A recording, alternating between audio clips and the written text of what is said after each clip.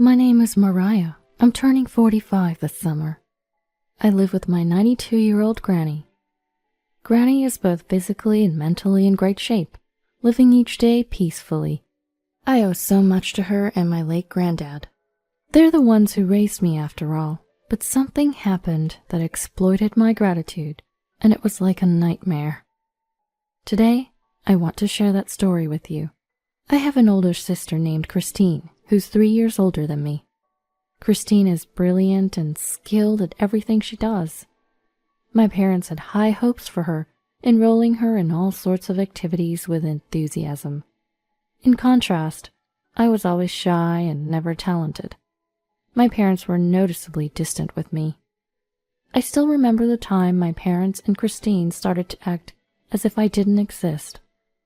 Eventually, Christine got accepted into one of the top middle schools in the country. Due to the commute, the whole family decided to move, except they didn't take me with them. Instead, they left me with my grandparents, Granddad and Granny, who lived in the countryside. By that time, I was already used to how my family treated me. I was more relieved to be away from my family than sad. My grandparents welcomed me warmly into their home. I made good friends at school and enjoyed every day. After high school, without any specific goals, I decided to move to the city and find a job. I got a part-time job at a clothing store, where I had good coworkers and enjoyed my work. Soon enough, I was put in charge of managing a store. In the midst of all this, I lost touch with Granddad and Granny due to my busy life. One day, out of the blue, my cell phone rang, showing a number I didn't recognize. I answered, and even though the voice was raspy, there was no doubt it was my mom's voice. Let me tell you, joy was the last thing on my mind. Mom's words were empty, as she steered the conversation here and there. It was all fluff, with her obviously just trying to gauge my mood. Eager to end the chat, I mumbled some responses and hung up. Then, another call came in from yet another unknown number. This time it was Christine. Apparently, she still lived with my parents. She was fuming about me hanging up with Mom and starting laying into me. I had enough, so I hung up, and then Granddad fainted. I couldn't believe my ears. Cutting Christine's rant short, I insisted she spill the details. Turned out my granddad had fallen while working in the garden and was now in the hospital. Granny was with him, so nobody was at their home. I made up an excuse, ended the call, and tried to reach my grandparents' home. I couldn't trust a word from the family that abandoned me, but no one picked up. I had no choice but to believe them right now. I called Christine back, and it was clear she was still miffed. I didn't mention the fact that I called my grandparents. Instead, I asked where Granddad was hospitalized. Christine murmured something but didn't give me a straight answer. Instead, she said, "Granddad's medical bills are through the roof. Can you send us some money?" What happened to him? No matter how many times I asked about Granddad, Christine only talked about money.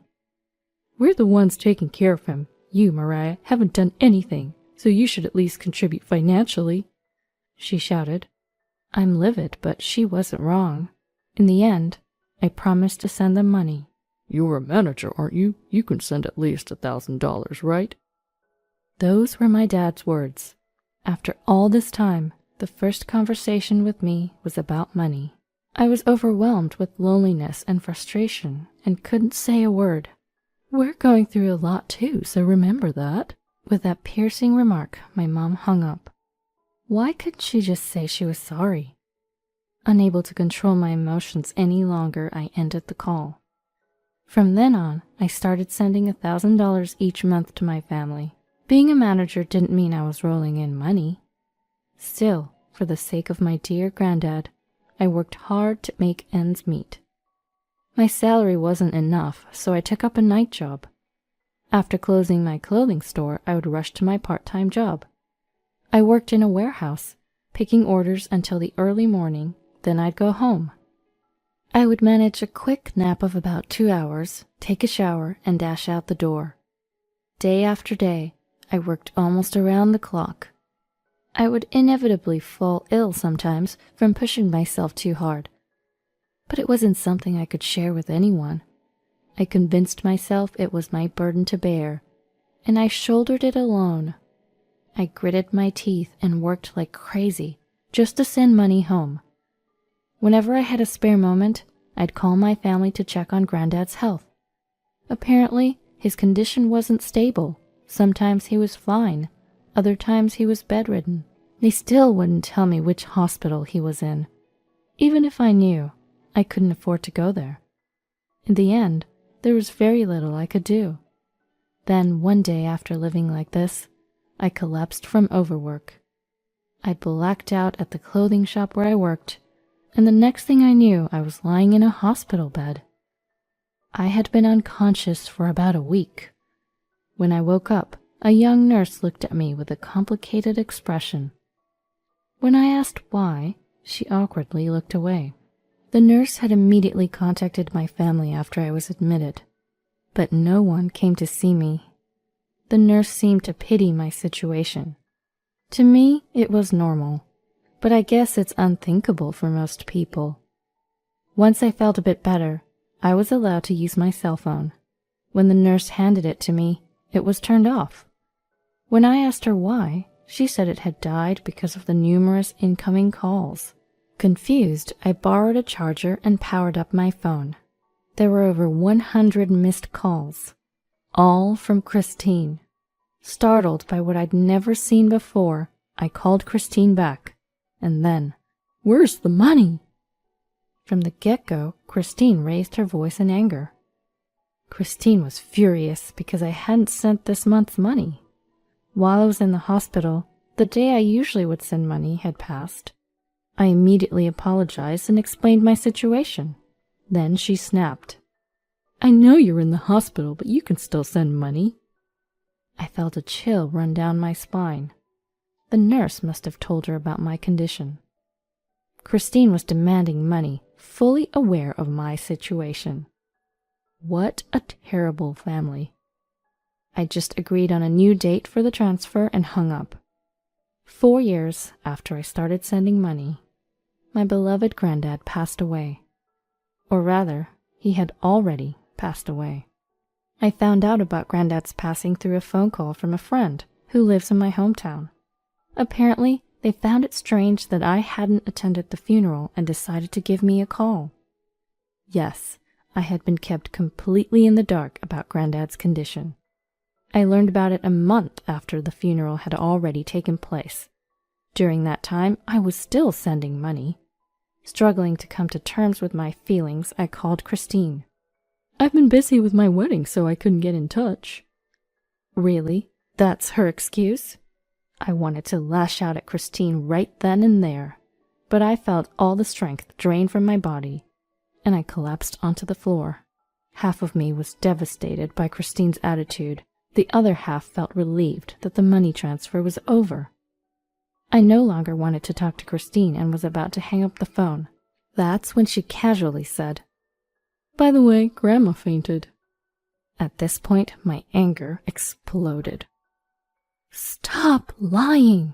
Before I knew it, I was shouting. Then Christine retorted, "If you say it's a lie, go ahead and stop sending money. What do you think will happen to Grandma if you stop sending money?" It was almost like blackmail, but if Granny really had collapsed, what could I say? "Tell me which hospital she's in." "All visits are suspended. No one can see her right now," she responded. I couldn't trust Christine's words, but I also had no definitive proof that she was lying. "You, a high school dropout, should just keep sending money and keep quiet." Laughing, Christine ended the call. From then on, no one in the family would pick up my calls.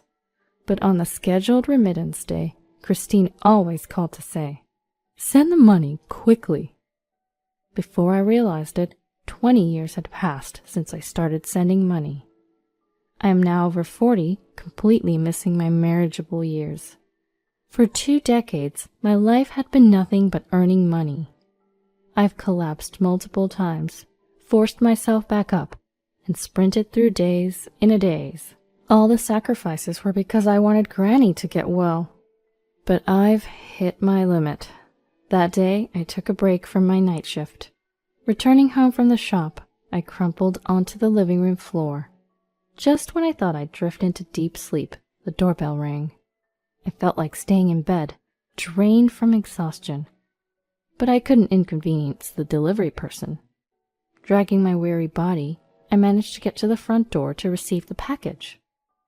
I locked the front door and then found myself collapsing in the entranceway.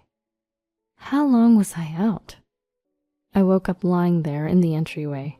A package had fallen in front of me. Who could it be from? The moment I glanced at the label, I sprang to my feet in surprise. There it was, Granny's name, but she was supposed to be in the hospital. Upon closer inspection, the package was shipped from Switzerland, and right beside Granny's name was a phone number. Desperate, I grabbed my cell phone. "Hey, Mariah, how are you?" The voice on the other end was one I hadn't heard in over 20 years, a comforting one. "Granny, are you okay?" "I've been fine all along. What's wrong?" There was no trace of illness in Granny's voice. I spilled the last 20 years to Granny. What I learned shocked me. It was true that Granddad had fallen ill, been hospitalized, and passed away, but since they were already wealthy, there were no concerns about hospital bills. My family never sent them a dime.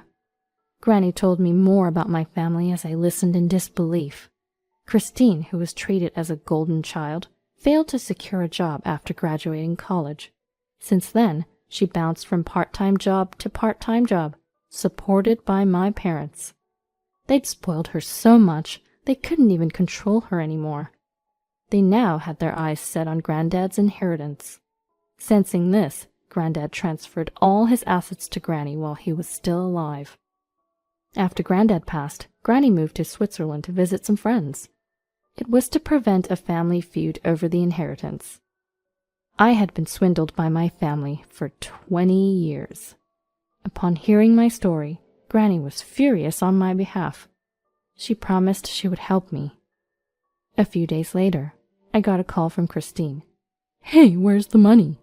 Christine's tone was as aggressive as ever, but I calmly asked her back, "What did you do with my money?" Christine was obviously shaken. "We're using it for Grandma." "How, exactly?" "Stop pestering me. What's with all these questions all of a sudden?" Sensing something, Christine handed the phone to Dad. "Mariah, you shouldn't upset Christine." "All I want to know is what happened to my money." Talking about money, I could tell Dad was also trying to hide something. His voice gave it away. "Don't worry about it. Acting all high and mighty with your $1,000, you high school grad." "So, should I stop sending you money?" As I said that, Dad suddenly started to panic. You could tell just by his reaction. Christine quickly took the phone back. "Stop sending us money? Are you kidding?" "I'm not kidding." "You don't care what happens to Grandma?" "Yeah." My response must have shocked her, because Christine's voice was trembling. Go ahead, stop sending money if you dare." "All right, will do." I cut her off and hung up. Christine continued to call me, but I never picked up. Half a year passed with this back and forth. It was a calm day. When I opened the window, a slightly chilly breeze came in. It felt like the beginning of fall. I stopped answering my family's calls, so now they're trying to reach out to me through social media and text messages. They seem desperate to get in touch. The messages were the same from everyone, so I reluctantly called. "Hey, what have you been doing all this time?" Christine was shouting, just as I had expected. "It's hard to take care of Grandma without your financial support." "Whoa, that sounds tough." "What's with that attitude?" When I sarcastically responded, Christine exploded even more. "We had to take a $30,000 loan because of you." "That's unfortunate." "You're the guarantor, so make sure you pay." Christine seemed a bit more relaxed, but her threats didn't work on me anymore. "That's fraud, isn't it?" "No one knows who signed it." "I'm not even in America now, you know." "Well, what?" Christine lost it on the other side of the phone. "If you don't provide the money, that's going to affect Grandma." "Affect who?" Granny, who had been listening to the conversation on speaker, joined in. You could hear the silence on the other end. You three have done something awful to Mariah, haven't you? No, it's not like that, Christine defensively responded, her voice strained. In the background, my parents were screaming. You'll be paying back that $30,000, Granny said, and then hung up the phone. The day after reconnecting with Granny for the first time in 20 years, I was busy preparing to move to Switzerland, breaking off ties with my family and living just with Granny. That was Granny's idea. Retirement paperwork went smoother than expected, and within 2 months, I was on my way to Switzerland. Sometime later, I heard from my relatives. Apparently, my parents reached out asking to borrow money. Turns out, Christine had squandered all the money I'd been sending. But that wasn't all. In addition to the $30,000, Christine had racked up more debts without telling our parents. Now they're struggling to pay it back, and the situation seems pretty bleak. However, that's no longer any of my business. Despite the very challenging years, now I live with my beloved Granny. I'm incredibly happy now, and we spend our days filled with laughter.